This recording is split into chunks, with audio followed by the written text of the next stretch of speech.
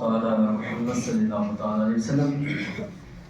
الحمدللہ رب العالمین والعاقبۃ للمتقین والصلاة والسلام علی خاتم النبیین. اما بعد فاعوذ باللہ من الشیطان الرجیم. بسم اللہ الرحمن الرحیم. بڑی الصلاة والسلام علیکہ یا رسول اللہ وعلی آلکہ واصحابکہ یا حبیب اللہ. الصلاة والسلام علیکہ یا نبی اللہ وعلی آلکہ واصحابکہ یا نور اللہ. رأیتو سنت الاعتکاف. پیارے اور محترم اسلامی بھائیوں، جب کبھی بھی مسجد میں داخل ہوں یاد آنے پر اعتکاف کی نیت کر لیا کریں کہ جب تک مسجد میں رہیں گے اعتکاف کا ثواب ملتا رہے گا. یاد رکھیں مسجد میں کھانے پینے سونے سحری افطاری کرنے یہاں تک کہ آب زمزم یا دم کیا ہوا پانی پینے کی بھی شرعاً اجازت نہیں ہے. البتہ اعتکاف کی نیت ہوگی تو یہ سب چیزیں ضمناً جائز ہو جائیں گی. اعتکاف کی نیت بھی صرف کھانے پینے یا سونے کے لیے نہیں ہونی چاہیے بلکہ اس کا مقصد جو ہے اللہ تعالیٰ کی رضا ہو. فتاوی شامی میں ہے اگر کوئی مسجد میں کھانا پینا سونا چاہے تو اعتکاف کی نیت کر لے، کچھ دیر ذکر اللہ کر لے، تو پھر جو چاہے کرے، یعنی اب چاہے تو کھا پی یا سو بھی سکتا ہے.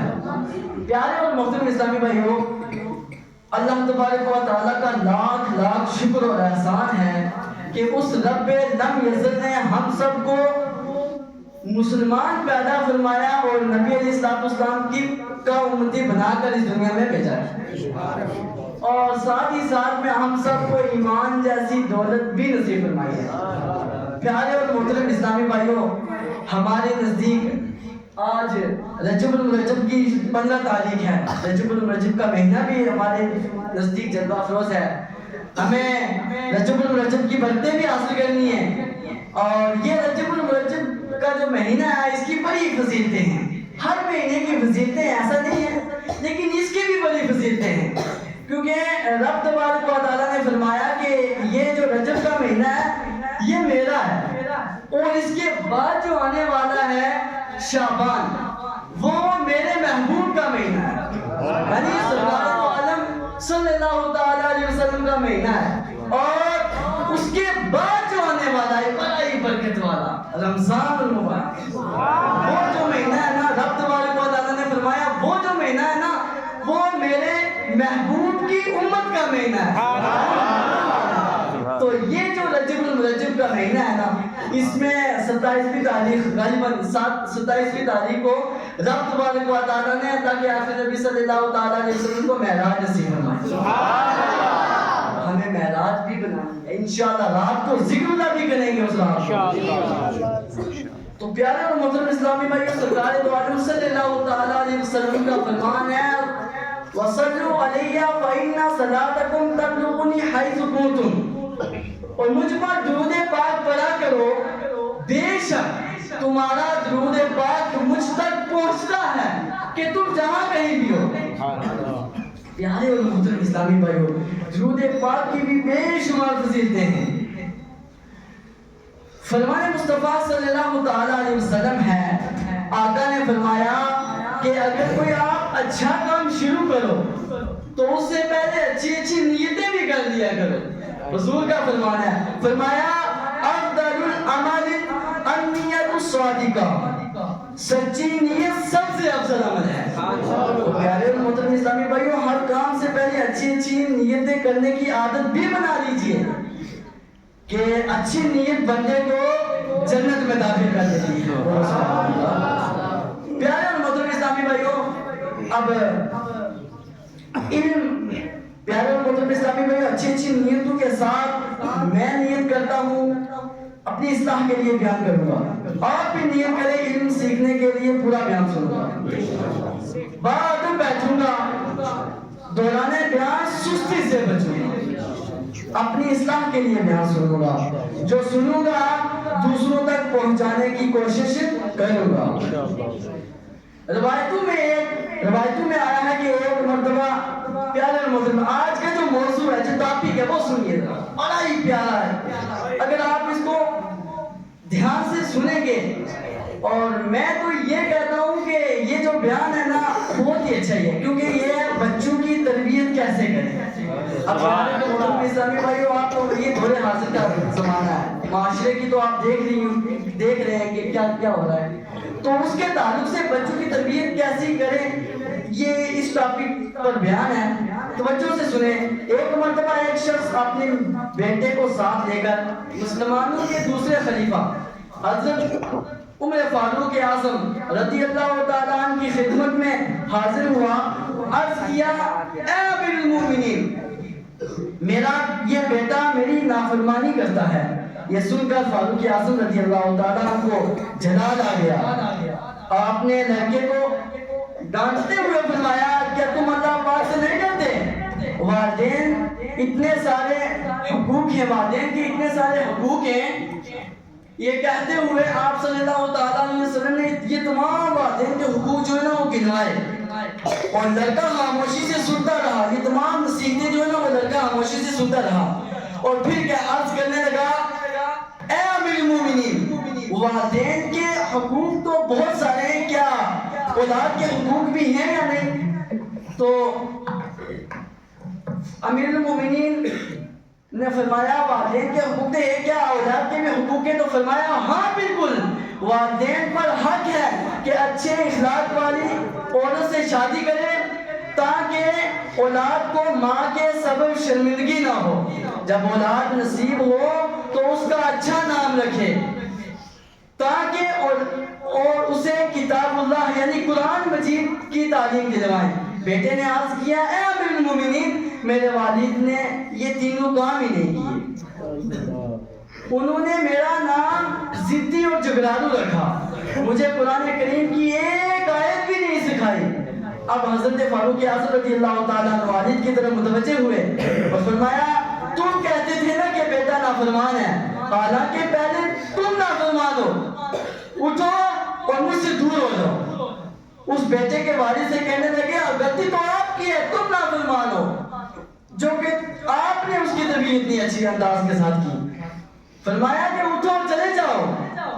اب اس واقعے میں غور فرمائیں، اس میں کتنی عبرت ہے۔ یہ ایک واقعہ ہمارے بہت سارے گھروں کی عکاسی کر رہا ہے۔ کتنے والدین ہیں جو اولاد کی نافرمانیوں سے پریشان نظر آ رہے ہیں، بیٹے جوان ہو گئے، والدین کی ایک نہیں مانتے، لڑائی جھگڑا کرتے ہیں، والدین کو ستاتے ہیں۔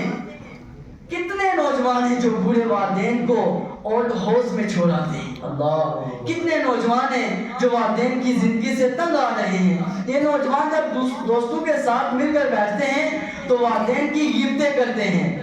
کتنے والدین ہیں بیچارے اولاد کی وجہ سے جیلوں میں پڑے ہیں، بلکہ اور تو کیا قیامت ہوگی کہ اولاد اپنی ماں باپ کو مارتے ہیں، اللہ، والدین کو قتل ڈالنے تک کی خبریں اخبار میں چھپی ہوئی ہوتی ہیں۔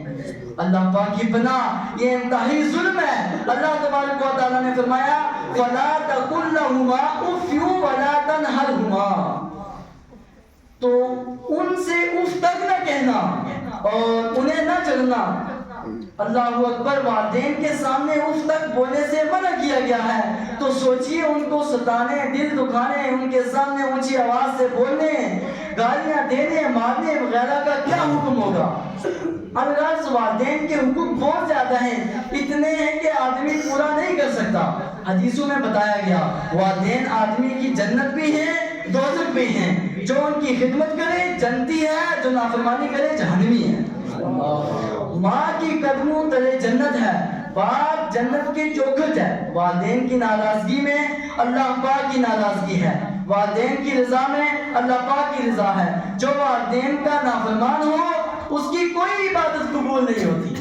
اللہ، یہ والدین کے حقوق ہیں، بلکہ یہ تو کچھ بھی نہیں ہے۔ اعلیٰ حضرت امام احمد رضا خان رحمۃ اللہ علیہ سے پوچھا گیا، والدین کے کتنے حقوق ہیں؟ انہوں نے فرمایا، اتنے کے ادا نہیں ہو سکتے، یہاں تک کہ اگر والدین کا انتقال ہو، بیٹا اگر کر سکتا ہے تو دوبارہ زندہ کرے، یہ بھی حقوق ہے۔ پیارے اور محترم اسلامی بھائی، یہ سب کچھ اپنی جگہ بالکل درست ہے، مگر میں یہاں جس طرف توجہ دلانا چاہتا ہوں، وہ یہ ہے کہ والدین غور کریں، کیا ہم اولاد کے حقوق ادا کر رہے ہیں؟ پہلی ذمہ داری والدین کی ہے، اولاد کی ذمہ داری بعد میں شروع ہوتی ہے۔ بچہ پیدا ہوا، والدین کی ذمہ داری شروع ہو گئی، اب بچہ بڑا ہوگا، بالغ ہوگا، تب اس کی ذمہ داریاں شروع ہوں گی کہ پتہ چلا پہلے والدین کی ذمہ داریاں ہیں۔ اسی لیے حضرت فاروق اعظم رضی اللہ تعالیٰ نے نافرمان بیٹے کے والد سے فرمایا، پہلے نافرمانی تم نے کی کہ اس کی اچھی تربیت نہیں کی، تمہارے بیٹے نے بعد میں کی ہے۔ اللہ پاک فرماتا ہے، یا ایھا الذین آمنوا قوا انفسکم واہلیکم نارا وقودھا الناس والحجارہ۔ ترجمہ ایمان، اے ایمان والو، اپنے جانوں اور اپنے گھر والوں کو اس آگ سے بچاؤ جس کے ایندھن میں آدمی اور پتھر ہیں۔ اللہ اکبر، یہ حکم والدین کو دیا گیا ہے۔ جیسے ہی بچہ پیدا ہوا، صاحب اولاد ہوا، یہ حکم آپ کی طرف متوجہ ہو گیا۔ اب غور کرنے کی بات ہے، کیا ہم نے یہ حکم قرآنی مانا؟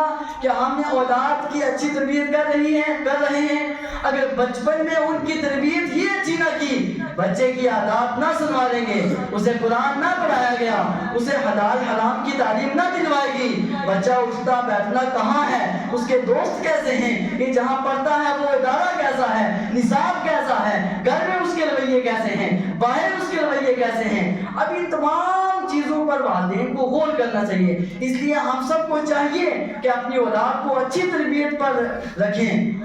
آخری نبی محمد عربی صلی اللہ تعالیٰ علیہ وسلم کا ارشاد گرامی ہے، تم سب نگران ہو اور تم میں سے ہر ایک سے اس کے ماتحت افراد کے بارے میں پوچھا جائے گا۔ بادشاہ نگران ہے، اس سے اس کی رعایت کے بارے میں پوچھا جائے گا۔ آدمی اپنے اہل و عیال کا نگران ہے، اس سے اس کے اہل و عیال کے بارے میں پوچھا جائے گا۔ عورت اپنے خاوند کے گھر اور اولاد کی نگران ہے، اس لیے ان کے بارے میں پوچھا جائے گا۔ پتہ چلا اولاد کی تربیت سے متعلق بھی روز قیامت پوچھا جائے گا۔ سوال ہوگا، اے بندے، تجھے اولاد دی گئی تھی، تم نے ان کو کیا سکھایا؟ روایت میں ہے، بندہ جب دنیا سے چلا جاتا ہے نا، تو اگر نیک اولاد چھوڑ کر جائے تو اولاد کی نیکیوں کا ثواب بندے کو قبر میں پہنچتا ہے، اور اگر اولاد کی اچھی تربیت نہ کی، اولاد گناہوں اور عیاشیوں میں مصروف رہی، تو گناہوں کا وبال اس بندے پر پڑتا رہے گا۔ اللہ اکبر، ہمیں چاہیے کہ اولاد کی اچھی تربیت کریں، اپنی اولاد کو اچھی باتیں سکھایا کریں۔ ویسے یہ بھی تو ایک مسئلہ ہے نا، تقریباً ہر والدین چاہتا ہے، ضروری ہے کہ میں اپنی اولاد کی تربیت اچھی کروں۔ عموماً والد کی زبان پر ہوتا ہے، میں چاہتا ہوں جو میں نہیں کر پایا وہ میرا بیٹا کرے۔ ایسی خواہشیں تقریباً تمام والدین کی ہوتی ہیں، لیکن سوال یہ ہے کہ ہم نے اولاد کو سکھانا ہے تو کیا سکھانا ہے؟ اب ہم نے اولاد کو سکھانا ہے تو کیا سکھانا ہے؟ کیا ہم نے غور کیا کہ نبی علیہ السلام، ہمارا دین بھی ہمارے اوپر دین فرض کیا گیا، کیا گیا ہونا فرض کیا گیا۔ جب آقا علیہ السلام کی حدیث ہے، طلب العلم فریضۃ علی کل مسلم، ہر مرد اور عورت پر علم فرض کیا گیا کہ وہ علم سیکھے۔ بتاؤ، ہم نے علم سیکھا ہی نہیں، قرآن سیکھا ہی نہیں، نمازیں درست نہیں کی ہیں، ہم نے علم دین کی طرف توجہ ہی نہیں کی۔ اب بتاؤ، اپنی اولاد ہماری نافرمانی کر رہی ہے۔ اب اس میں غلطی اولاد کی نہیں ہے، اس کی غلطی ہے تو ماں باپ کی غلطی ہے۔ اب ماں باپ کی غلطی کیا ہے بھائی؟ اب ماں باپ کی غلطی یہ ہے کہ اس کی اچھی تربیت نہ کرنا۔ پیارے اور محترم اسلامی بھائیوں، یہ جو علماء آپ کو دکھ رہے ہیں نا، ان کے پاس آیا کریں تو پتہ چلے گا کہ دین کیا سکھا رہا ہے تو ہم کہاں جا رہے ہیں۔ ہمارا مقصد، ہمیں اللہ تبارک و تعالیٰ نے پیدا کس لیے کیا؟ عبادت کی، اسی لیے پیدا کیا نا، تو ہم کہاں جا رہے ہیں؟